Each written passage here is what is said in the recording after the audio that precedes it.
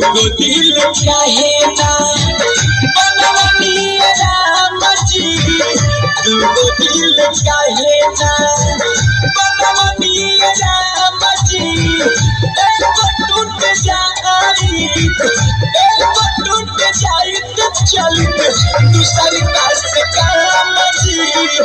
तुमको दिल चाहे ना बनवनी राम जी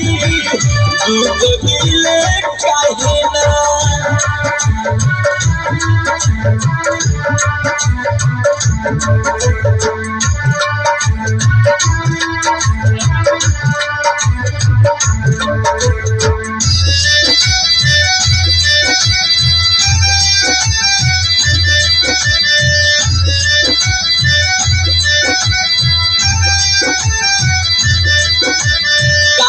के टुकड़ा जोड़ जोड़ के हम प्यार के महल बनवनी हो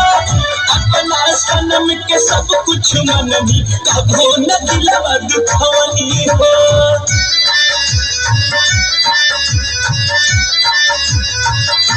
कांच के टुकड़ा जोड़ जोड़ के हम प्यार के महल बनवनी हो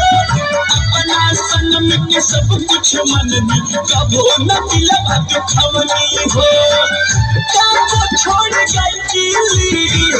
काबो छोड़ गईली नाम बदनाम जी तुमको दिल चाहे ना बनवनी राम जी तुमको दिल चाहे ना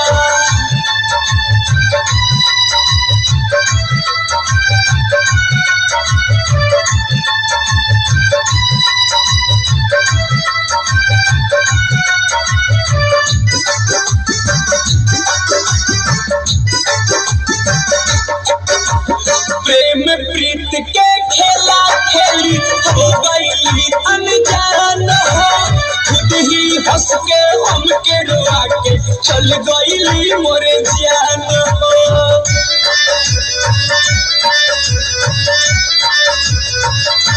प्रेम प्रीत के खेला खेली हो गई अनजान हो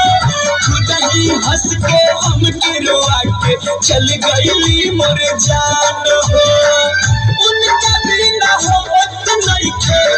उनका भी ना होत नहीं खे सुबह कौन शाम जी धूप दिल चाहे ना बनवनी राम जी धूप दिल चाहे ना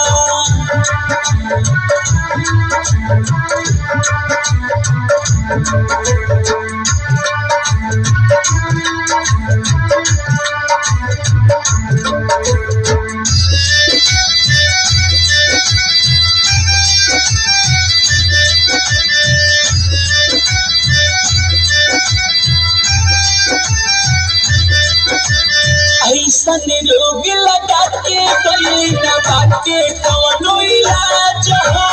विनोद बेदर्दी रमेश के नैना खोजे उनके आज हो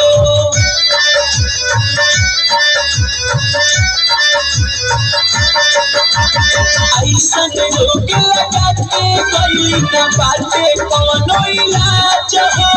विनोद बेदर्दी धीरज के नैना खोजे उनके आज हो एक पल न मिले एक पल न मिले अब तो कतही राम जी तुमको दिल चाहे ना बनवनी राम जी तुमको दिल चाहे ना बनवनी राम जी एक टूट जाई तो चल दूसरी पास काम जी तुमको दिल चाहे ना बनवनी राम जी तुमको दिल चाहे ना।